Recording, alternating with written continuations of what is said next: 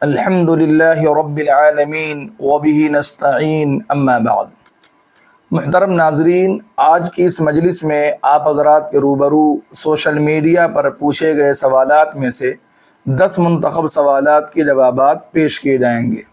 سوال نمبر 1، سائل کا کہنا ہے کہ مفتی صاحب میں حنفی مسلک کو فالو کرتا ہوں مگر میری نماز ٹھیک نہیں ہے، میں اپنی نماز کو درست کرنا چاہتا ہوں، پلیز کسی کتاب کی رہنمائی فرما دیں۔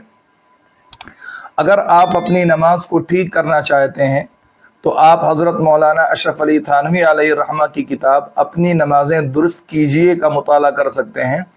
اسی طریقے سے حضرت مولانا مفتی تقی عثمانی صاحب دامت برکاتہم کی کتاب نمازیں سنت کے مطابق پڑھیے، اس کا بھی مطالعہ کر سکتے ہیں۔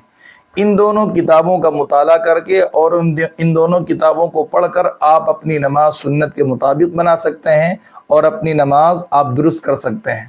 گوگل میں آپ سرچ کریں گے، یہ دونوں کتابیں آپ کو مل جائیں گی، وہاں سے ڈاؤن لوڈ کر کے آپ استفادہ کر سکتے ہیں۔ سوال نمبر 2، سوال کر رہے ہیں کہ مسبحات قرآن کریم کی کن صورتوں کو کہا جاتا ہے؟ جواباً عرض ہے کہ مسبحات قرآن کریم کی ان صورتوں کو کہا جاتا ہے جن کے شروع میں سبحا یا یسبحو وغیرہ کے الفاظ ہوں۔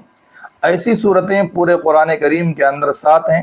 نمبر 1 سورہ اسراء، جس کو سورہ بنی اسرائیل کہا جاتا ہے۔ نمبر 2 سورہ حدید۔ نمبر 3 سورہ حشر۔ نمبر 4 سورہ صف۔ نمبر 5 سورہ جمعہ۔ نمبر 6 سورہ تغابن اور نمبر 7 سورہ اعلیٰ۔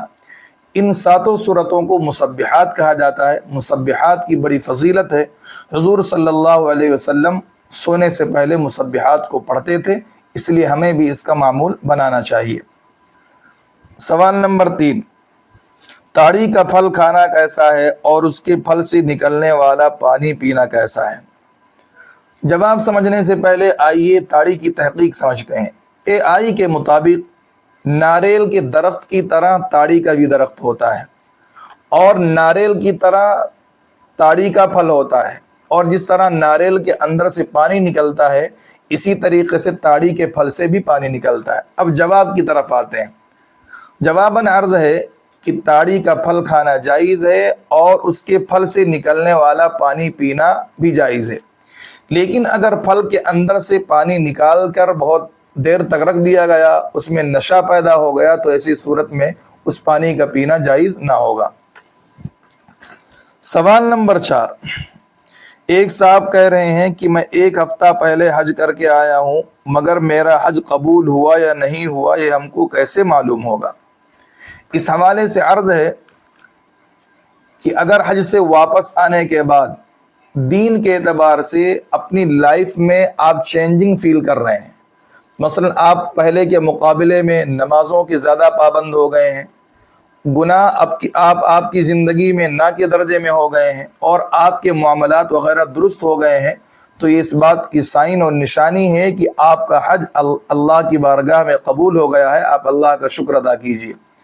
اور اگر اپنے اندر آپ یہ کیفیت محسوس نہیں کر رہے ہیں جو میں نے بیان کی، تو آپ اللہ سے توبہ اور استغفار کریں کہ اللہ تعالیٰ آپ کی زندگی میں ایک کیفیت پیدا کر دے اور آپ کے حج کو اپنی بارگاہ میں قبول کر لے۔ سوال نمبر 5، زمزم کا پانی برادران وطن کو دے سکتے ہیں یا نہیں؟ زمزم کا پانی برادران وطن کو اور غیروں کو دینے میں کوئی حرج نہیں ہے۔ فتح مکہ کے بعد تقریباً 1 سال تک کفار نے بھی آب زمزم سے استفادہ کیا ہے، لیکن حضور صلی اللہ علیہ وسلم نے کبھی بھی منع نہیں کیا، لہذا معلوم ہوا کہ آب زمزم کفار کو، مشرکین کو، غیروں کو دینا جائز ہے، اس میں کوئی مذائقہ نہیں ہے۔ سوال نمبر 6، ایک سوال یہ آیا ہوا ہے کہ اگر کوئی عورت وضو کرنے کے بعد شادی میں جانے کے لیے واٹر پروف میک اپ کر لے اور میک اپ کرنے کے بعد نماز پڑھے تو کیا نماز ہو جائے گی؟ کچھ عورتوں کا کہنا ہے نماز نہیں ہوگی۔ اس کا جواب یہ ہے کہ اگر کوئی عورت وضو کرنے کے بعد واٹر پروف میک اپ کرے، اس کے بعد نماز پڑھے تو نماز ہو جائے گی، اس میں کوئی حرج نہیں ہے۔ لیکن اگر کوئی عورت پہلے واٹر پروف میک اپ کیے ہوئے ہو، اس کے بعد وضو کر کے نماز پڑھے تو نماز نہیں ہوگی، کیونکہ واٹر پروف جو میک اپ ہوتا ہے وہ پانی کے پہنچنے سے مانع ہوتا ہے، وہ میک اپ پانی کو کھال تک پہنچنے نہیں دے گا، اور جب پانی نہیں پہنچے گا تو وضو نہیں ہوگا، اور جب وضو نہیں ہوا تو نماز کیسے درست ہو سکتی ہے؟ اس لیے اس کا خیال رکھا جائے۔ سوال نمبر 7، کسی غیر مسلم کے انتقال پر کیا پڑھنا چاہیے؟ کیا انا للہ و انا الیہ راجعون پڑھ سکتے ہیں؟ جی ہاں، انا للہ و انا الیہ راجعون پڑھ سکتے ہیں۔ یہ آیت ایک یاد دہانی ہے، کسی کے انتقال پر بھی اس کو پڑھنے کی گنجائش ہے۔ البتہ دارالعلوم دیوبند کے فتوے میں بات لکھی ہوئی ہے کہ کچھ نہ پڑھا جائے تو یہ زیادہ بہتر ہے۔ سوال نمبر 8، قرآن پاک کے ختم پر اللہم آنس وحشتی فی قبری والی جو دعا لکھی ہوئی ہے، اس دعا کو پڑھ سکتے ہیں یا نہیں پڑھ سکتے، اور کیا یہ دعا حدیث سے ثابت ہے؟ قرآن کریم کے ختم پر اللہم آنس وحشتی فی قبری والی جو دعا لکھی ہوئی ہے وہ تو ٹھیک ہے، اس کا معنی بھی ٹھیک ہے، اس کو پڑھنے میں کوئی حرج نہیں ہے، لیکن رہی دوسری بات کہ یہ دعا حدیث سے ثابت ہے یا نہیں، تو یہ تحقیق یہ ہے کہ یہ دعا حدیث سے ثابت نہیں ہے۔ آپ اس بارے میں مزید تفصیل حضرت مولانا مفتی سلمان صاحب منصور پوری دامت برکاتہم کی کتاب ارشاد السائلین جلد نمبر 1 میں ملاحظہ کر سکتے ہیں، وہاں پوری تحقیق آپ کو مل جائے گی۔ سوال نمبر 9، امام صاحب نے نکاح پڑھانے کے وقت رجسٹر میں لڑکی کا نام غلط لکھ دیا اور غلط نام کے ساتھ ہی لڑکے کو قبول کرا دیا، تو نکاح صحیح ہوا یا دوبارہ نکاح کرنا ہوگا؟ یہ مسئلہ فتاوی شامی کے اندر بھی لکھا ہوا ہے، اور آن لائن دارالعلوم دیوبند کے فتوے میں بھی یہ لکھا ہوا ہے، اور دوسری فقہ کی کتابوں میں بھی یہ مسئلہ لکھا ہوا ہے کہ اگر قاضی نے یا امام صاحب نے لڑکی کا نام غلط لکھ دیا اور غلط نام کے ساتھ قبول کرا دیا تو ایسی صورت میں نکاح منعقد نہیں ہوگا، دوبارہ نکاح کرنا ہوگا۔ سوال نمبر 10، ایک بھائی کہہ رہے ہیں کہ مفتی صاحب میں بزنس لون لینا چاہتا ہوں، کیا میں بزنس لون لے سکتا ہوں؟ اگر میں لون نہ لوں تو میں کاروبار میں ترقی نہیں کر پاؤں گا، تو کیا ایسی صورت میں گنجائش ہے؟